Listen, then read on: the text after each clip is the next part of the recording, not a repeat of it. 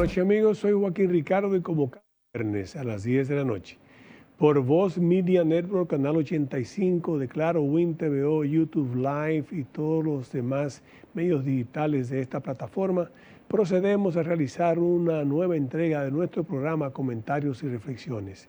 Como ustedes saben, el mismo consta de dos secciones. La primera, comentamos los principales acontecimientos internacionales acaecidos en la última semana y los principales acontecimientos nacionales también que inciden en el diario vivir de nuestra nación. En el área internacional, pues, seguimos con el tema de los aranceles. Los aranceles del presidente Trump. Hubo una pausa con Europa que lo posterga hasta julio, lo que implica que continúan las negociaciones, porque el tema era que iba a entrar en vigencia porque las negociaciones parecían estancadas. Pero al llegarse a ese acuerdo y darse esa pausa, ese nuevo plazo, vamos a llamarlo así, de alguna manera, pues entonces las negociaciones de alguna manera van a continuar. El tema de Ucrania y de Rusia, ver si logramos una paz justa para Ucrania. Cada día Vladimir Putin dice que sí, pero cada día son más contundentes y más fuertes los ataques que realizan, ya no a las poblaciones digamos, la parte de Ucrania que está invadida por Rusia desde hace unos años, sino a la misma capital y produciendo daños extraordinarios sobre la infraestructura. La reconstrucción de ese país va a tener un costo extraordinario y además las vidas que se pierden inútilmente. Parece que el presidente Putin no tiene ninguna intención, al parecer, de llegar a un acuerdo de paz. El tema de Gaza sigue también preocupando a la comunidad internacional, pero de alguna manera Hamás no quiere llegar a un acuerdo, porque ha puesto todos los obstáculos del mundo. Ahora ha hecho un ofrecimiento finalmente porque ya sabe que Israel está preparado para una nueva iniciativa. Entonces, yo sé que la gente dice que el tema de Gaza, el tema humanitario, pero no se acuerdan de los rehenes. Yo sé que el tema es que en esos avances hay desafortunadamente daños colaterales que se infringen a la población. Pero ¿por qué no sometemos a esa misma censura? ¿Por qué no juzgamos también a los de Hamás, que utilizan a la población de Gaza como escudo, que construyen 300 kilómetros de túneles por debajo de esa población, que situaban lanzacohetes al lado de escuelas y hospitales, como una forma de evitar que las fuerzas de Israel, las fuerzas israelíes, los drones, los cohetes pudieran ser lanzados porque usted le hacía daño al hospital? ¿Por qué no censuramos de la misma forma, tan acremente como lo hacen con Israel, que solamente está ejerciendo su derecho a defenderse, y su derecho, reivindicando su derecho como nación? Aprovechamos el hecho para felicitar que el 22 de mayo se celebró un nuevo aniversario de la independencia de Israel, pueblo al que admiramos, pueblo que tiene toda nuestra solidaridad. En el orden nacional, pues lo principal que podemos comentar es la defensa realizada por el presidente de la República en la semanal del pasado lunes sobre el tema haitiano. Es decir, no es la defensa, sino el hecho de que la República Dominicana está muy consciente del peligro de seguridad que constituye la inestabilidad haitiana. Para aquellos que opinan que Haití tiene un Estado, solamente hay que recordarle que uno de los principales requisitos para un Estado en el derecho internacional es tener el control de su territorio. Y Haití actualmente ni el Consejo Presidencial Transitorio tiene el control de Haití, porque las bandas criminales armadas unidas al narcotráfico acaban de tomar las oficinas de aduana de Malpaz, del otro lado de Jimaní. Entonces el presidente ha dicho, estamos muy conscientes y República Dominicana está tomando sus medidas. También queremos comentar finalmente, antes de pasar a la segunda sección, queremos comentar finalmente el decreto 268-25 emitido la semana pasada, el miércoles, pero quisiera volver a resaltar la importancia que tiene el mismo porque crea una comisión que la coordina el presidente emérito del Tribunal Constitucional, don Milton Ray Guevara, la integran profesionales distinguidos como el doctor Juan Manuel Rosario, quien es viceministro de Naturalización, Interior y Policía, que la forman también otras figuras distinguidas de la sociedad, incluyendo nuestro invitado, que es el que viene en la segunda sección, que es el licenciado Yatzel Román. Yatzel Román es una figura con la que vamos a conversar en la segunda sección. Inmediatamente después de la pausa vamos a conversar con él acerca de los principales temas internacionales, el área internacional. Él es un seguidor perspicaz de las elecciones y sus implicaciones, las elecciones que ya se han celebrado en algunos lugares del continente y en Europa, y las que faltan por celebrar este año. También con él, que fue viceministro de Relaciones Exteriores, encargado del área consular y de la migración. Justamente con él vamos a comentar su integración como parte, él es miembro de esa comisión que tiene por objeto coordinar todo lo que es la parte migratoria, las leyes que tienen que ver con la parte migratoria y diseñar de alguna manera el proyecto de ley de migración que debe asumir el país con miras a lo que constituye una enorme masa poblacional que hay aquí de migrantes irregulares, y evidentemente hay que buscar una forma de darle salida a esas personas y de aquellos que realmente se necesiten, darle un permiso de trabajo, que no regularizar ni naturalizar, que son cosas diferentes. Entonces, amigos, después de la pausa regresamos con nuestro invitado, que ya dije que era Yatzel Román, para conversar sobre los tópicos ya anteriormente mencionados.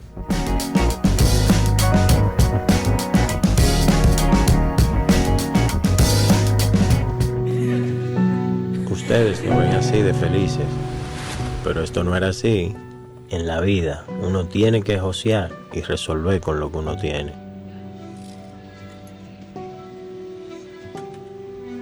Un día nos sentamos y nos prometimos, vamos a tener nuestra casa propia, para que el chichi que viene en camino pueda crecer feliz y tranquilo.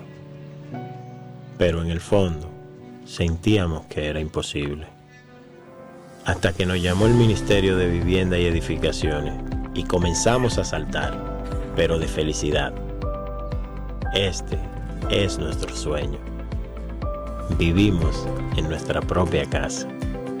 Muchas familias dominicanas ya están viviendo un sueño que parecía imposible.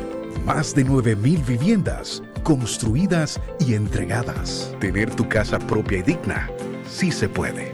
Ministerio de Vivienda y Edificaciones.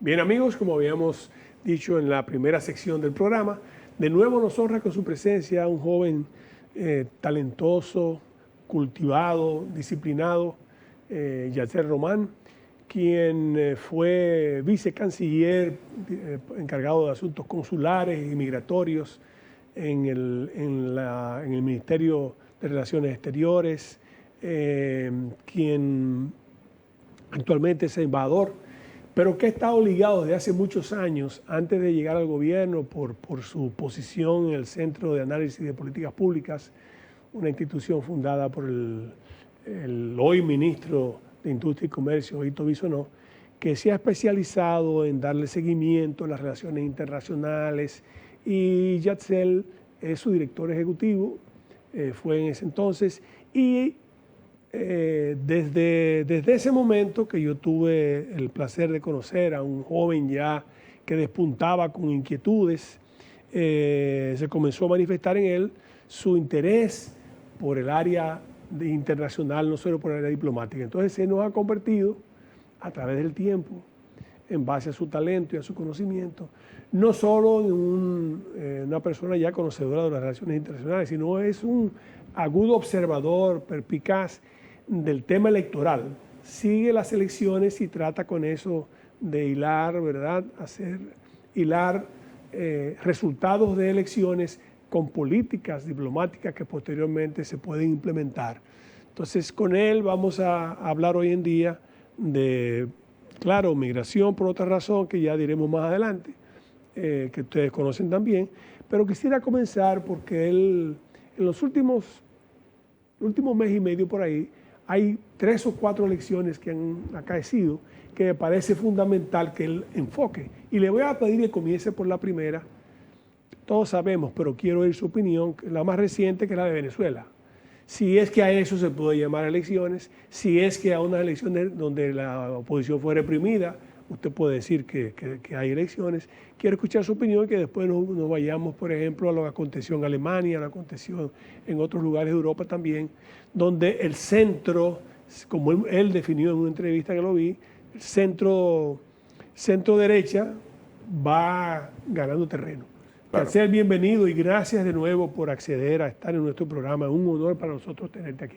El honor es siempre para mí, la verdad que lo disfruto bastante por la conversación que logramos entablar con una figura a quien respeto desde hace tantísimo tiempo y con una audiencia que yo sé que es bastante juiciosa. Yo la verdad que no voy a abundar mucho sobre Venezuela porque, como usted bien dice, no fue una elección, más bien fue otra exhibición de fuerza de un régimen tiránico que se ha apoderado de absolutamente todo. Es la 5ª ocasión en la que el régimen acude sin real oposición y terminó pues de manera cínica reiterándole al mundo de que no están abiertos a ningún tipo de negociación. Yo en este mismo programa y en varias ocasiones he establecido que hay una gran diferencia desde el punto de vista dictatorial. ¿Y a qué me refiero?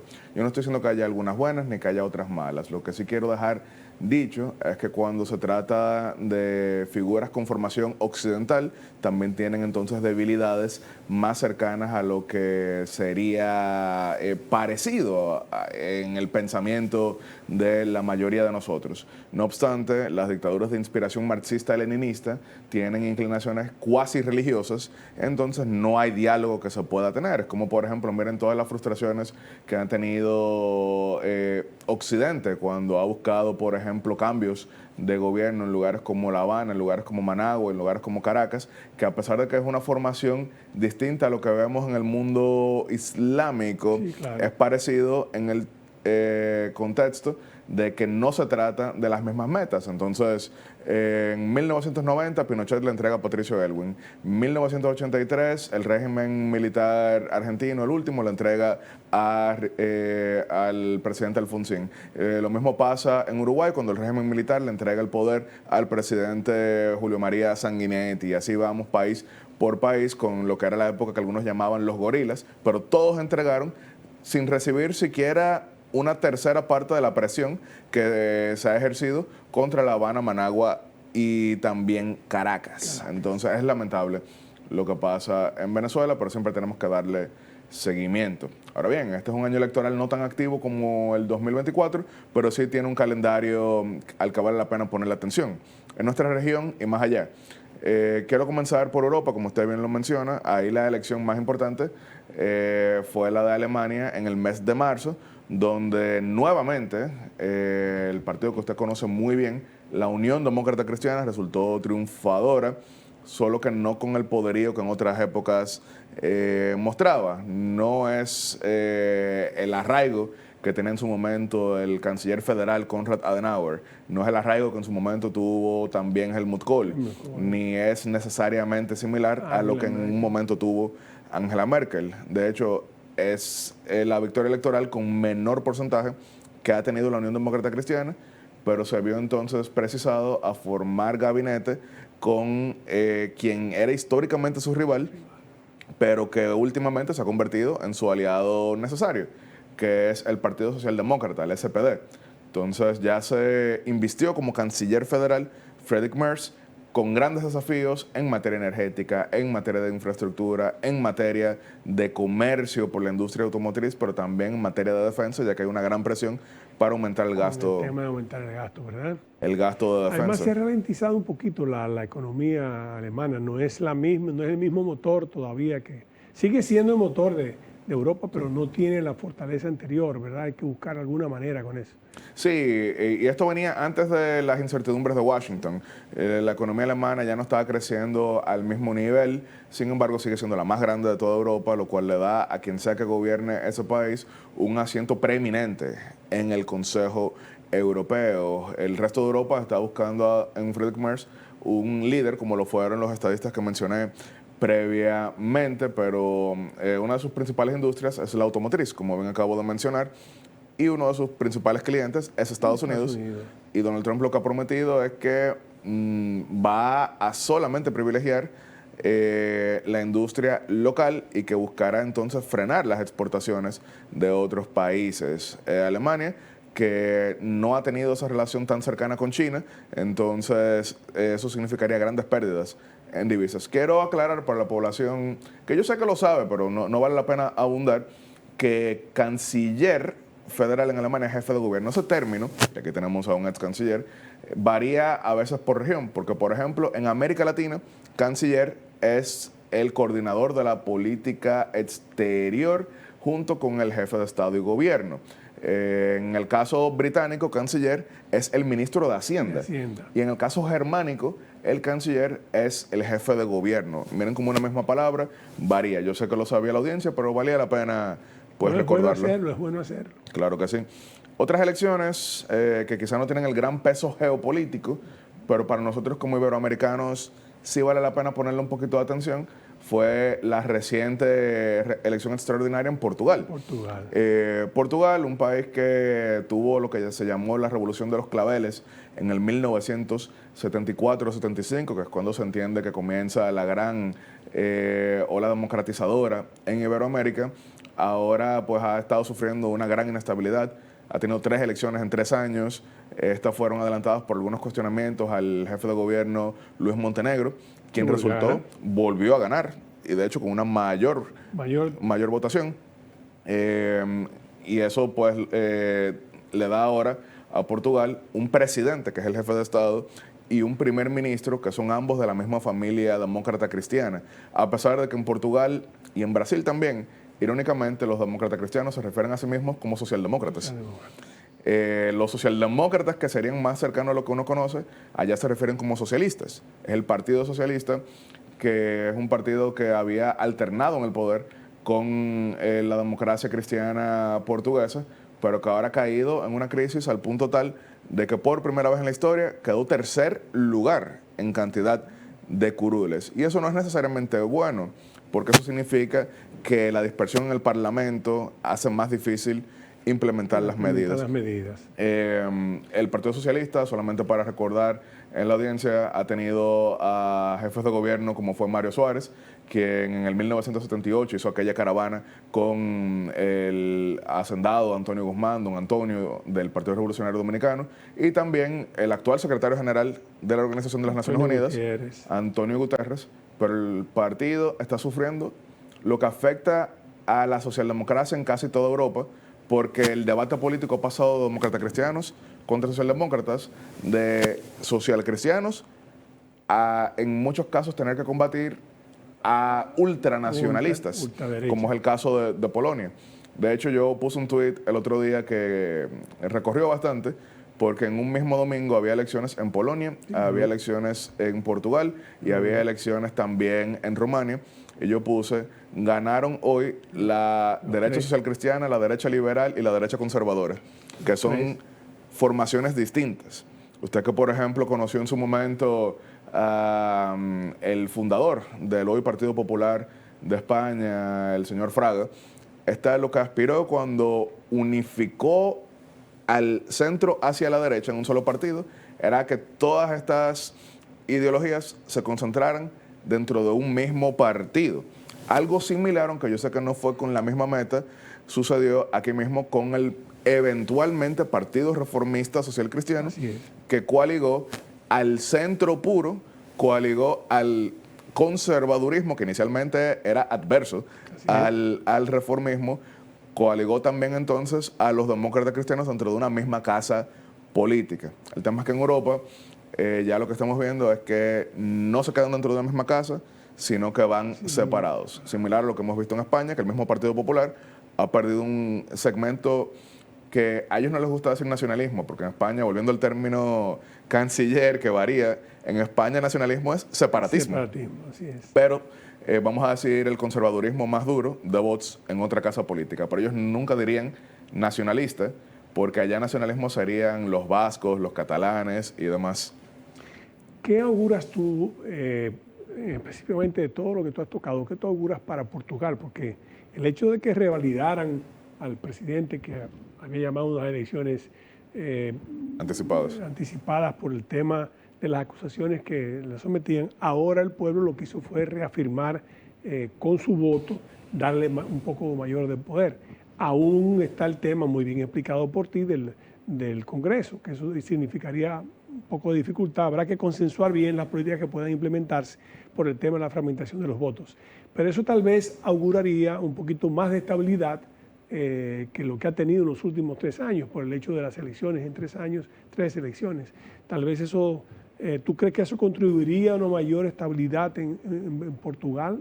Es lo que uno esperaría, ya que al subir en votación 6 puntos en comparación con lo que había obtenido el año pasado, que fue la otra elección, sabiendo que en el parlamentarismo puede haber elecciones constantemente, razón por la que miren, en algunos países ha funcionado el parlamentarismo, pero yo creo que si comparamos presidencialismo puro con parlamentarismo puro, sin tomar en cuenta la sociedad de la que estamos hablando, el primero suele tener mejor funcionamiento, salvo que tú tengas una madurez tipo nórdica, que sí permite pues algo más llevadero, pero Portugal tiene grandes desafíos, es una de las economías con desempeño más ralentizado.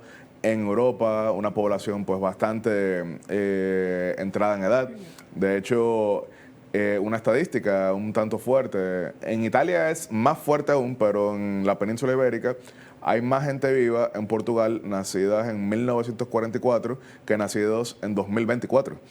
En Italia es incluso más fuerte, tomando en cuenta que Italia tiene la edad promedio más alta de toda la humanidad, o sea, de todo el mundo. Todo el mundo. De todo el mundo, Italia tiene la edad promedio más alta. En nuestra región es Uruguay y en nuestro vecindario caribeño es Puerto Rico.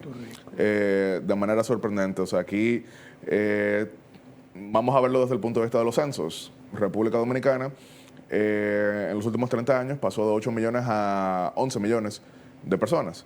Puerto Rico en los últimos 30 años pasó de 4 millones a 3 millones. Y eso no solamente por el éxodo del 10% de su población, sino en gran medida porque la natalidad se ha desplomado en gran medida. Pero sí, pasando de Europa al hemisferio occidental, este año quedan elecciones en nuestra región en Bolivia, Honduras y Chile. Ya pasó la de Ecuador, en la cual por solamente tercera ocasión en su historia un presidente se sucedió a sí mismo, que es el caso de Daniel Noboa, de 37 años. Previo a él, solamente eso había ocurrido con Rafael Correa y con Gabriel Moreno, quien sin embargo terminó siendo asesinado inmediatamente después. Hay muchas teorías. Los más, vamos a decir, moderados dicen que fue un levantamiento antirreeleccionista. Otros dicen que fue un lío de faldas. Pero aprovecho, sí, para hacer esa conexión, recordando que nuestra figura de inspiración política fue embajador concurrente en Ecuador y en sus memorias, en sus discursos, en varias ocasiones hacía referencia al hecho de que entre 1830 y 1948 aquel país tuvo 62 gobiernos. Incluso en la brillante obra de novela histórica que ha publicado recientemente Pablo Gómez Borbón, incluye en gran medida esa reflexión inspirada en lo que sí dijo en vida el doctor Joaquín Balaguer cuando hacía referencia a que, conociéndose una estabilidad tan grande que había vivido Ecuador con grandes alzamientos, constantes derrocamientos, una meta para él era dotar a República Dominicana de la estabilidad.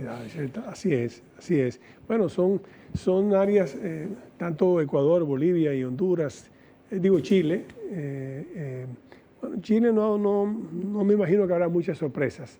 Ahí yo creo que las cosas serán más o menos, ¿verdad? Y los demás países de la región, ojalá que, a ver qué pasa, cómo va la cosa, ¿verdad? ¿Cómo podemos decir? Porque para nosotros es importante también, pero lo cierto es que de alguna manera ese centro derecha, vamos a llamarle así, ese centro, Sí. porque ya hoy en día habría que sentarse a definir, y ya hoy en día, ¿verdad? Pero ese centro va adquiriendo una mayor relevancia, con excepción tal vez, digamos, de Brasil y de otros países ya del continente, pero va adquiriendo mayor relevancia y habrá que ver las razones a qué inducen el triunfo de ese centro, ¿verdad? Claro. Que es lo principal. Sí, que hay que ver es el historial de cada país, que en ocasiones va a coincidir en algunas cosas, pero un gran fracaso que, por ejemplo, tuvo la ultraizquierda dominicana, que se lanzó a las armas para intentar tomar el poder vía violenta, fue pensar que eran Cuba y después pensar que también eran Colombia, Guatemala o El Salvador, pero no leyeron bien cuál era el contexto. Yo sé que esa no fue la pregunta, pero aprovecho para mencionar lo siguiente. En Guatemala y El Salvador, que tuvieron grandes guerrillas como la URNG y el FMLN, pasaba que existía una gran concentración latifundista apoyada desde el Estado. En cambio, en República Dominicana vimos una reforma agraria desde el gobierno que algunos catalogarían de la centro derecha, y no solamente reforma agraria, que para quienes yo sé que lo conocen, pero vale la pena explicar a veces un poquito, solamente para dejarlo en archivo. Reforma agraria era justamente pues tomar extensiones de tierra que no estaban siendo utilizadas para distribuirla entre los más necesitados. Eso, como no pasaba en Guatemala y El Salvador, veamos a campesinos que asumían el discurso guerrillero y se sumaban a ello. En cambio, en República Dominicana, donde peor le fue a los violentos fue en el campo, porque en el campo le estaban dando tierra a la gente. Claro. Y aparte de tierra, después entonces la política de vivienda. De vivienda y factorías. Entonces no leyeron bien la coyuntura. Lo digo porque, por ejemplo, aquí hay algunas personas, es ínfimo, pero hay algunas personas que quieren imitar el discurso de ciertas derechas de otros países y pecan, igual que la ultraizquierda del siglo pasado, de pensar de que es solamente un tema de actitud. Porque, por ejemplo, Argentina ha tenido inflación de 200% durante muchos años, muchos años.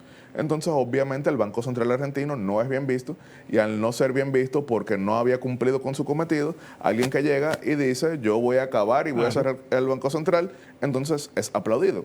Pero en República Dominicana, salvo casos muy excepcionales de crisis, la inflación no pasa de doble dígito, y de hecho nunca hemos tenido hiperinflación. Así es. Porque incluso durante la guerra, en el 65, lo que hubo fue deflación. Que cayó por debajo de cero. 9%. Entonces, por ejemplo, aquí vemos que figuras que asumen el Banco Central, y en el caso de Héctor Valdés Albizu, que es el más moderno en ese sentido, suelen ser figuras muy respetadas, y la institución del Banco Central es respetada en sí, porque entonces la historia nacional es distinta. Lo digo porque muchos hablan de que pueden pasar aquí una que otra cosa, y yo digo que siempre hay que ver cuál es el contexto. La izquierda, ¿por qué fracasó en República Dominicana? No entendieron la política de reforma agraria ni la política de vivienda. ¿Por qué algunos que quieren apelar a una ultraderecha fracasan aquí? Porque no entienden que República Dominicana pues sí ha cumplido dentro de ese lado del espectro político. Claro que sí, ¿no? Y además, la estabilidad. Aquí yo oigo la oposición política, los políticos, a veces no nos damos cuenta y jugamos con las prendas que nosotros tenemos que exhibir para la comunidad internacional y para la inversión extranjera, que es la estabilidad, que es el crecimiento económico, que es el desarrollo.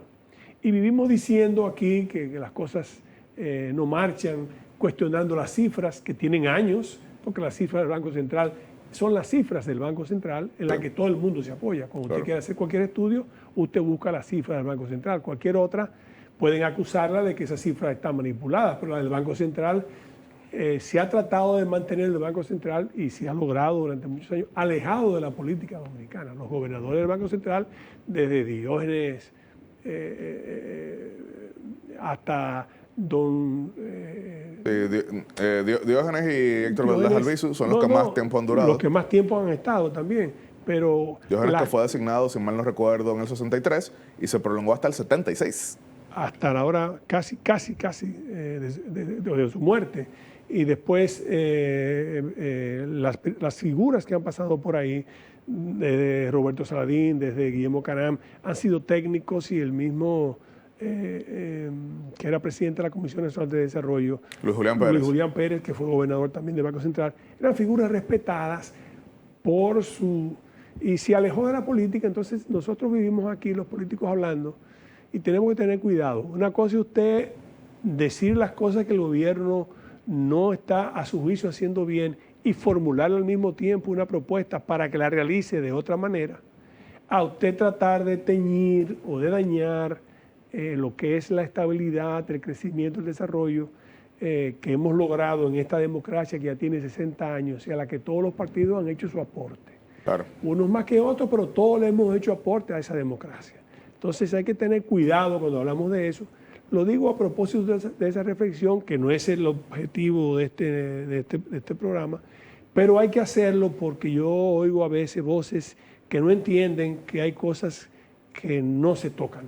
Claro, y qué bueno que lo menciona, porque en estos meses se dio en nuestro país un debate, en mi opinión, equivocado con relación a el tipo de cambio, las divisas, la moneda. No sé si le hicieron la señal de la pausa con relación a eso, pero sí quería pues hacer la transición para cuando retornemos conversar sobre algo que en nuestra región, salvo los casos de Panamá, Ecuador y El Salvador, suele trazar pauta, que es justamente el tipo de cambio y cómo eso influye en muchas de las elecciones que estamos viendo. Vamos a hacer la pausa y quiero entrar en eso para después que tú dejes esa explicación, porque creo que es oportuno.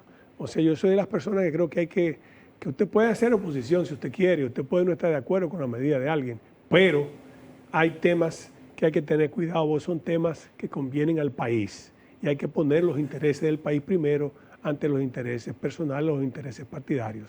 Vamos a la pausa y continuamos esta interesantísima conversación con Yatzel Román para después hablar del decreto 268-25 del 21 de mayo del corriente año, donde se crea un observatorio para el tema de la parte migratoria, pero vamos a hablar de eso después de la pausa.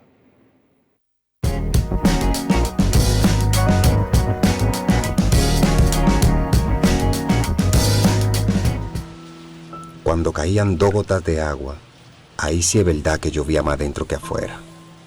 El sueño de que mi familia tuviera su casa propia, que pudieran vivir bajo un techo seguro, parecía imposible. Era algo que nos hacía sentir que no había esperanza.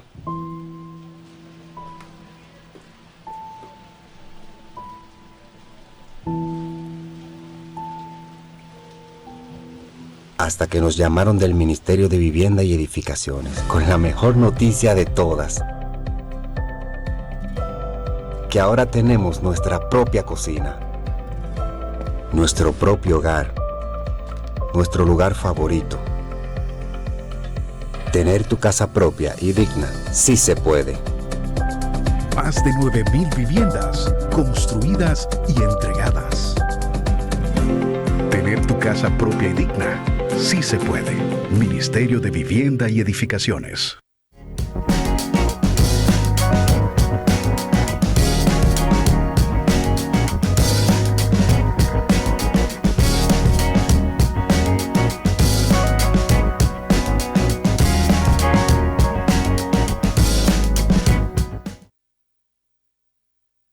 Con Yatzel Román.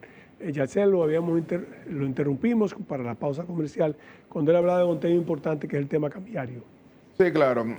Vamos a verlo de la siguiente manera. República Dominicana al igual que muchos países de la región, durante buena parte del siglo XX tenía un tipo de cambio que era mayormente dictaminado por lo oficial y no tomaba muy en cuenta la oferta y la demanda. Eso permitía, principalmente amparado con, en el caso nuestro, la renta azucarera, una paridad en la que se cambiaba 1 a 1. Sin embargo, principalmente del 77 en adelante, los precios del azúcar comenzaron a caer y ahí eso obligó pues a muchos cambios económicos, dentro de ellos dejar mayormente flotar la moneda. ¿Y con qué estoy queriendo decir esto?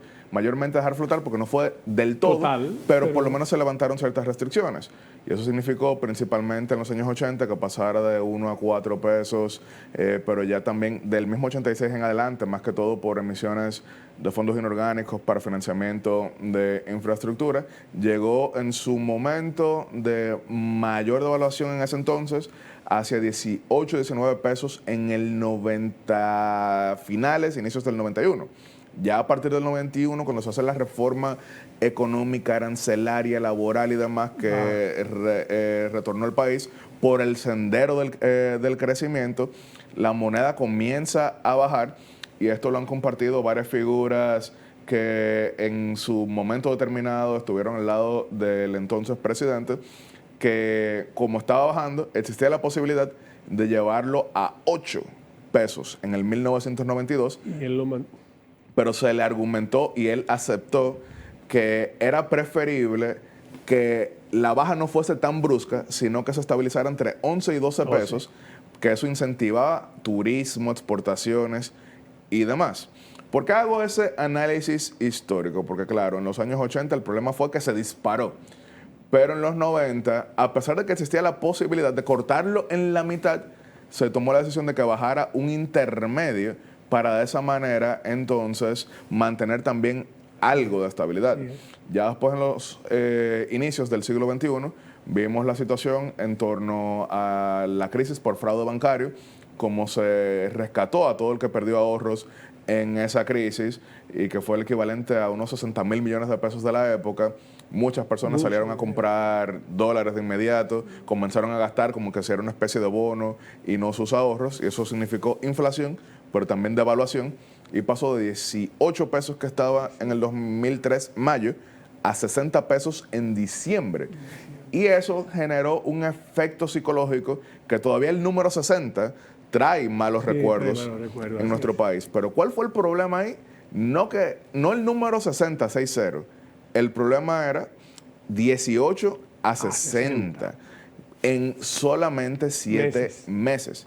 Ya en el 2004 la situación mejora, comenzó a bajar y bajó también de manera brusca, porque ya entonces en septiembre estaba en 28, que también fue una baja bastante fuerte, que tuvo otros golpes, pero para la mayoría eso dejó la cultura de que lo importante es que baje, no que se mantenga estable, no que esté dentro de parámetros, sino que baje. Y eso ha llevado pues a un discurso político fácil en el que no entiende habla solamente en base al número, y a veces el que sí entiende, pero sabe que le va a generar aplausos rápido, también atiza en ese orden. Hace unos meses estamos viendo que el dólar en nuestro país había pasado de 53 pesos en el año 2022 a 62 hace solamente 2 meses. Y eso por diversas razones, dentro de ellas estaba el tema del combate a la inflación, entre otras cosas, pero también la inestabilidad en Estados Unidos, y había muchos que están generando grandes aplausos, pero por las medidas también del Banco Central y lo que ha pasado en Estados Unidos, ya ahora mismo, en esta mañana que llegamos aquí a grabar, estaba nuevamente en 60 pesos, y de hecho hace unos días estuvo en 58. Lo digo por... Yo llegué a comprar a 58. Sí, lo digo principalmente porque, como bien estamos hablando, hay muchas cosas que uno puede decir sobre la política monetaria y cambiaria, pero jugar solamente con sembrar pánico de que aquí estamos en una crisis cambiaria es para mí no solamente un discurso perdedor, porque lo que tú dices el lunes puede ya el viernes estar desfasado, pero al mismo tiempo también tú estás generando temor innecesario. Muy distinto a lo que pasa, por ejemplo, Sí, y yo invito a la audiencia que entre ahora mismo a Google y escriba USD a peso argentino. Y usted va a ver que hace 6 años estaba, y este es el tipo oficial, que siempre es cuestionable en el caso argentino, claro, pero estaba en 13 pesos por dólar y ahora está en 1.000 pesos por dólar. Eso es una crisis. Pero no solamente ello. Vamos a Bolivia. En Bolivia todavía el tipo de cambio oficial es 6 bolivianos. Ellos le dicen porque son pesos bolivianos por dólar. Sin embargo, no lo consigues en ninguna parte. Y no solamente que no lo consigues en ninguna parte, sino que el poco nivel de dólares que puedes conseguir es de 19. Es decir, hay una gran diferencia. ¿Pero por qué? Bolivia, que se benefició de la triplicación de los costos del gas natural del 2005 en adelante, eso le permitió un gran gasto social, pero también fijar el tipo de cambio en un país que en los años 80, usted recordará, llegó a tener 20.000% de inflación. Claro.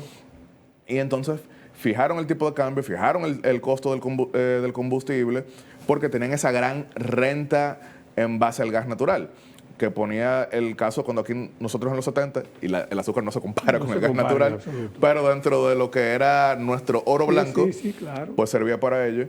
Pero entonces, ahora mismo el precio del gas natural está por debajo de lo que era en el 2005, y Bolivia, para mantener esa moneda artificialmente inflada, lo que ha tenido es que utilizar sus reservas internacionales, que pasaron de ser 14.000 millones de dólares en el año 2015, ahora mismo ser 1.000 millones de dólares, de los cuales solamente 300 millones están en efectivo.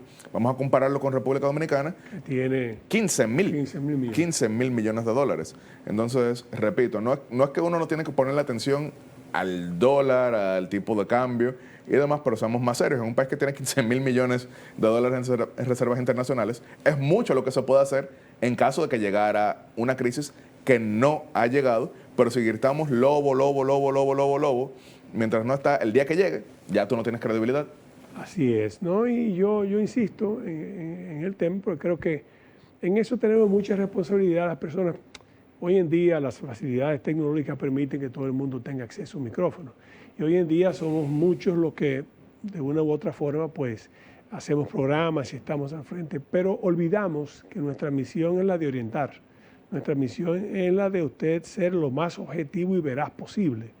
No estoy hablando de que usted no sea partidista, el partidismo seguirá siendo, pero usted tiene que echarlo a un lado y ser objetivo y veraz. Y entonces, cuando usted habla de temas sensibles en un país que necesitamos de la inversión extranjera y que precisamente ahora mismo de las principales prendas que podemos exhibir en el entorno y en la región y casi en el hemisferio, guardando sus contadas excepciones y haciendo los cambios que hay que cambiar, como dicen, mutatis mutandis, haciendo los cambios que hay que adoptar en términos de nuestro tamaño como país, nosotros podemos vender una democracia estable en 60 años, una estabilidad económica, un crecimiento sostenido, que haya diferencias en las cifras, que uno diga que no es 5, que es 4, que es 6, pero estamos creciendo, claro, que es lo importante. Y el desarrollo también estamos logrando, porque el desarrollo es cuando ese crecimiento llega a las personas. Entonces, eso también lo estamos logrando. Que no es todo que queremos, que a veces el subsidio hay que orientarlo hacia otro lugar, claro, no discutimos eso, pero hay que tener cuidado porque en un ambiente tan competitivo y de tanta incertidumbre, nosotros no podemos ahora mismo dar sensación de que el país ofrece todas nuestras facilidades, están ahí. Y al fin y al cabo, los gobiernos pasan, claro, el país queda. Entonces hay que tener cuidado con eso.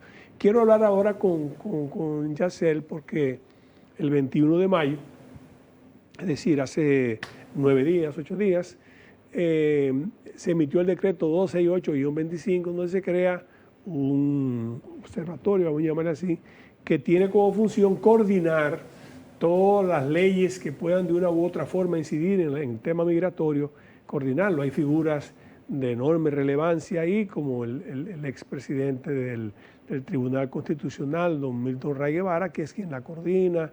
Hay otras figuras conocedoras del tema, como Juan Manuel Rosario, que es actual viceministro de Interior y Policía, y que conoce muy bien ese tema. hay otras figuras de renombre y además está nuestro invitado que forma parte también de la misma. Las migraciones es un tema que tienen años, pero mientras esas migraciones se realizaron en países donde había territorio para asimilar a esa migración, como fue por ejemplo el siglo pasado, los que fueron a Estados Unidos y otros lugares, no hubo inconvenientes. Los inconvenientes comenzaron también ya en el siglo pasado, cuando comenzó la descolonización de África y de otros países. Comenzaron también, entonces esa descolonización permitió un acceso migratorio en países que en principio pudieron absorber una cantidad, pero esa migración fue en cierto modo desbordada. Para nosotros el tema migratorio es un tema nación, porque somos dos naciones fatalmente atrapadas en este peñón del Caribe, claro, ¿verdad? Entonces el tema de la migración siempre ha sido un tema para nosotros que adquiere un relieve principal. Después de la muerte de Duvalier y de la caída del régimen de los Duvalier en Haití, y algunas medidas que también tomamos los dominicanos, como no continuar también con los contratos en el tema azucarero, aunque en la parte privada se mantienen, pero el gobierno tenía acuerdo, también me dirán con quién, porque a veces no hay gobierno en Haití, como es el caso actual, por ejemplo. Hay un gobierno, pero... Si lo comparamos con Duvalier, que controlaba. Exacto. El control de Duvalier no permitía, pero una vez cae ese régimen, entonces comienza una migración económica, ya no solo a polos como era Canadá o Europa o Estados Unidos, sino al país. Y el país comienza a asimilar una migración todavía mucho más fuerte. El tema de la sentencia 168-13, pues digamos que clarifica un tema que desde 1929 se venía arrastrando. Después hay un famoso proyecto de la 169-14 de regularización, palabra que para nosotros los dominicanos, para algunos de los dominicanos que estamos muy pendientes de Haití, nos da temor. Nos da temor porque ese plan, cuando y me perdonan la introducción, porque pero quiero caer en el tema porque es importante. Esa regularización se dividió en dos.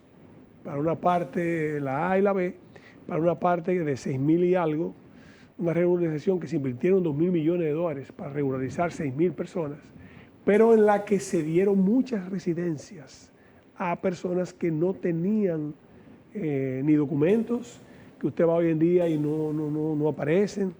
Y tal vez lo que el país más bien espera es que se determine y se conjuguen esas leyes migratorias y que a ese tema se le otorgue un permiso de trabajo que es diferente a una regularización. Un permiso de trabajo como existe hoy en día en los Estados Unidos. Te lo he explicado inclusive muy bien en Twitter, lo ha dicho con mucha claridad. Y tal vez eso pueda resolver y el resto, pues sencillamente que el país no pueda absorber, pues devolverlo a su país de origen. No queremos con esto agravar la crisis lamentable por la que atraviesa Haití, que yo digo que ya no es un Estado fallido, es que ya no es un Estado, porque un Estado que no controla su territorio, como es el caso de las bandas, que acaban de tomar las aduanas de Malpaz. Usted dice, bueno, no hay ni siquiera casi Estado. El país ha hecho todo lo posible en los foros internacionales durante los últimos 2 años.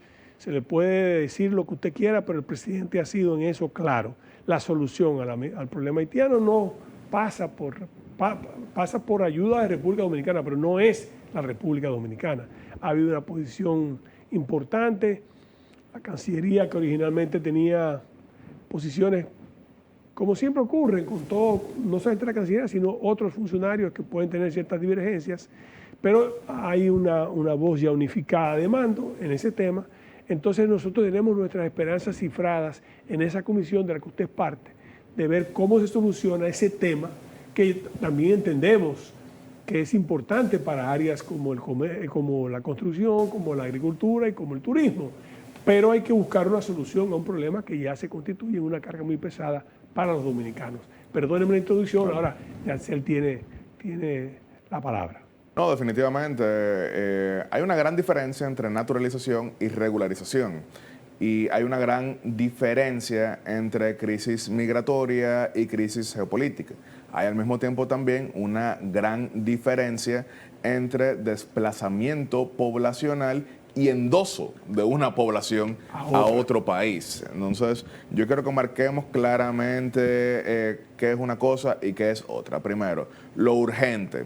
Haití se ha vuelto tierra de nadie, de absolutamente nadie. Y yo no quiero con eso hacer ver que entiendo que la cleptocrática y dinástica dictadura duvalierista era algo positivo. Sin embargo, hay que entender el problema. Pasamos de esa cleptocracia que representaban Papadoc y Baby Doc a hoy en día la narcocracia, criminalocracia que existe en ese país, donde el 90% de la capital es controlado por bandas criminales. Entonces, República Dominicana, desde el día 1, y esto no le gustaba a algunas personas en el caso haitiano, como el ex canciller y primer ministro Claude Joseph, que se quejaba de que el presidente y el canciller reiteraban en cada foro internacional que Haití se estaba somalizando, como que si esto es un tema de semántica, no un tema de que a su gente lo estaban matando, porque eran los haitianos. Así es. Era a los haitianos. Pero entonces República Dominicana ha sido constructivo en todo momento de que Haití tiene que ser pacificado, porque sin eso no hay nada que hablar. Ahora, en adición a ello, también hay una realidad económica y social, y es aquí donde me quiero enfocar en torno a lo regular, que no quiere decir ni nacionalizar ni naturalizar. Seamos sinceros, en República Dominicana hay trabajadores extranjeros. En República Dominicana hacen falta trabajadores extranjeros. No sabemos exactamente cuántos, porque eso no es un estudio que hemos hecho, no sabemos cómo podemos disminuirlos. Se sabe que una parte importante es aumentar los sueldos, una parte importante es dar incentivos, pero al día de hoy todavía hay una necesidad. Entonces, si esa necesidad existe, lo lógico es que eso sea en un marco de la ley, que eso sea en un marco donde nosotros tengamos conocimiento de quiénes son estas personas, dónde están empleadas estas personas, cuáles son los sectores. Y eso actualmente no se ha estado haciendo. Y quiero sí marcar la comparación también con Estados Unidos. En Estados Unidos están los visados de trabajo H2A y H2B, que son para trabajadores agrícolas y no agrícolas. Son trabajadores temporeros, de que en momentos que hay una demanda que de manera comprobada se muestra que no puede ser llenada con los trabajadores locales, se les permite traer a estos trabajadores por un tiempo determinado que después retornan a su país. Pero, desde luego, tienen el beneficio de que al haber llegado con esta documentación, no solamente pues logran el aporte económico de su trabajo, sino que ya después están más adelante en la fila cuando surja otra necesidad. Y ahí eso es realmente ganar, ganar. Entonces tenemos que ser duros con la migración ilegal. Tenemos que ser realmente duros con el tráfico ilícito de migrantes, pero también tenemos que ser duros con las causas. Y claro, las causas son, desde luego, la corrupción. Eso hay que erradicarla. Las causas también son, efectivamente, la violencia que existe del otro lado de la isla, junto con también la pobreza, pero también el hecho de que hay una demanda que ahora mismo no tiene herramientas legales funcionales. Hay quienes dicen que los permisos significarían que más gente se quede, porque imagínense, los que entran sin permiso se quedan, entonces el que entra con permiso se quedaría, pero hay una gran diferencia. El que entra sin permiso, nosotros no sabemos quién es el que entró con permiso. O sea, en el momento en que observamos, mira, esta persona que entró tal día, el 30 de mayo, y no salió el 30 de octubre, ya sabemos que esta persona está aquí, esto está por encima de los parámetros, se suspende el programa y sacamos a los que están. Porque, por ejemplo, miren, República Dominicana había sido beneficiario de los visados H2A y H2B en Estados Unidos. Lo que se busca en aquel país es que la tasa de sobreestadía nunca supere el 10%. Obviamente uno trabaja para el 100%, pero sabe que hay diversas razones por las que quizá no pasa de cierto parámetro. En un momento pasó de 10% y nos sacaron del programa. Y no fue sino hasta 2022 que logramos volver a entrar. Pero eso es política inteligente, porque lo otro, que es golpear la mesa, gritar, eso no resuelve. Y por eso yo sí agradezco al presidente Luis Abinader, agradezco a la población la confianza para integrar esta comisión que es coordinada por una persona cuya credibilidad en este tema como presidente emérito del Tribunal Constitucional que emitió la sentencia 168-13 que dejó claro para siempre quién es dominicano y quién no, que esa credibilidad se va a utilizar entonces para ser duros con cada uno de los componentes. Yo aquí en varias ocasiones he citado justamente la necesidad de que las políticas públicas se basen en data, de que las políticas públicas se basen en estudios y que las políticas públicas reciban un seguimiento constante. De forma que saludo que en adición a esta comisión hay una que es de seguimiento a esta que está integrada por figuras como César Dargán, por figuras como Fernando Capellán, por figuras como Julio Brache, entre otros, para darnos seguimiento en ese sentido y el seguimiento mayor, que es el de la población, pero que sepan que se estará rindiendo cuentas para resolver el problema en esa perspectiva, sin perder de vista la principal, que es el caos reinante en Haití, que no lo resuelve República Dominicana, pero República Dominicana le gusta a Claude Joseph o no le gusta, República Dominicana siempre llamará la voz sobre que hay que hacer algo, y es lo que hemos logrado al punto de que, miren, el secretario de Estado americano, Marco Rubio, después de la conversación con el presidente Luis Abinader, en el Senado americano, siendo entrevistado, pues repitió claramente que Haití requiere medidas efectivas. Así es. No, pero eso demuestra también, porque es algo que es importante, que el país y la población sepa que estamos formulando una política exterior, siempre la hemos tenido, pero estamos formulando una política exterior en cierto modo de consenso, porque el pueblo también está comprendiendo un poco más que aquí no es cuestión de xenofobia ni de racismo, es imposible hablar de racismo en República Dominicana. Señores, el racismo es Haití. Haití es la primera y única república negra del continente que pasó por las armas a todos los blancos, que prohibía la compra de tierra a extranjeros, que en su constitución tuvo hasta 1942 la UNE indivisible. Nosotros no, somos mulatos de formación con raíces españolas, pero también con raíces africanas, producto de los esclavos que vinieron, pero es importante que vayamos comprendiendo que vamos dando los pasos necesarios para tener entonces una política exterior completa.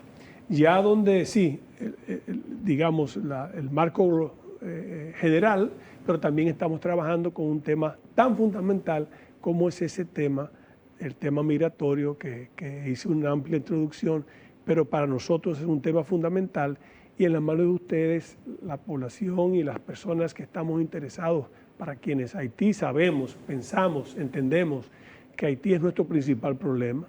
La principal amenaza a nuestras prendas que podemos exhibir como nación, siempre he dicho, es un desborde, una situación, porque Haití parece olvidada, ¿verdad?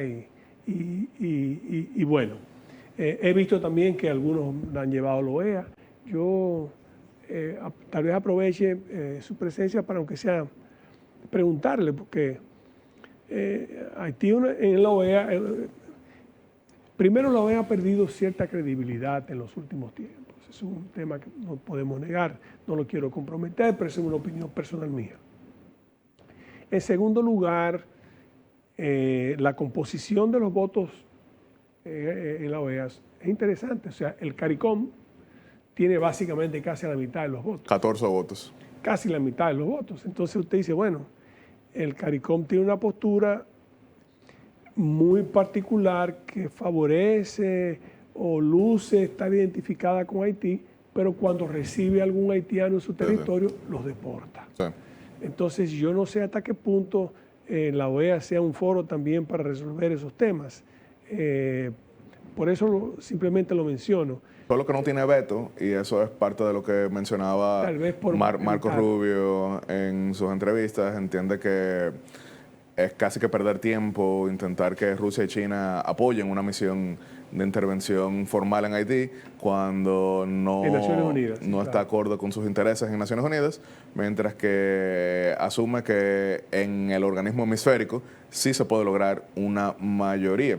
La única vez que la OEA ha tenido una misión de ese tipo en Haití fue una conjunta ONU-OEA, recordaremos entre el 92 y 96, que se llamaba la MICIVI, Misión Civil Internacional de Vigilancia en Haití, que en ese momento tenía como coordinador logístico a una figura con quien tengo buena relación, Tony Banbury, que es hoy el presidente de la organización llamada IFES de temas electorales. Pero recordaremos que el gobierno de facto haitiano en cuestión de 10 meses los expulsó de Haití, tuvieron que venir hacia acá.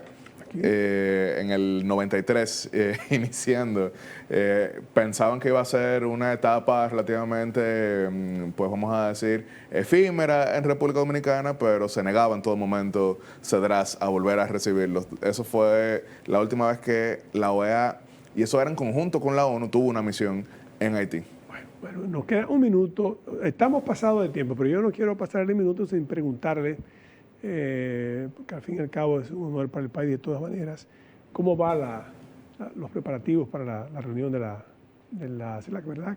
En noviembre, diciembre. Sí, esa es la Cumbre de las Américas. Cumbre de las Américas avanzando en todos sentidos. El principal encuentro regional, cuando digo regional no digo latinoamericano, digo del hemisferio occidental, y ya nuevamente nuestro país, que fue el encuentro, se convierte nuevamente en un punto de diálogo para todo el hemisferio occidental. Es parte del respeto que hemos adquirido.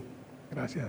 Pues gracias a Yatzell por su presencia, por todo su conocimiento aquí vertido, por sus opiniones. Y bueno, lo despedimos solamente dándole, además de las gracias, diciéndole que el pueblo dominicano está muy atento de esa comisión de la que él forma parte, ¿verdad?, de ese observatorio para coordinar todo lo que es la parte de la ley migratoria. Gracias a Yatzell, amigos, y nos vemos en una próxima entrega de comentarios y reflexiones.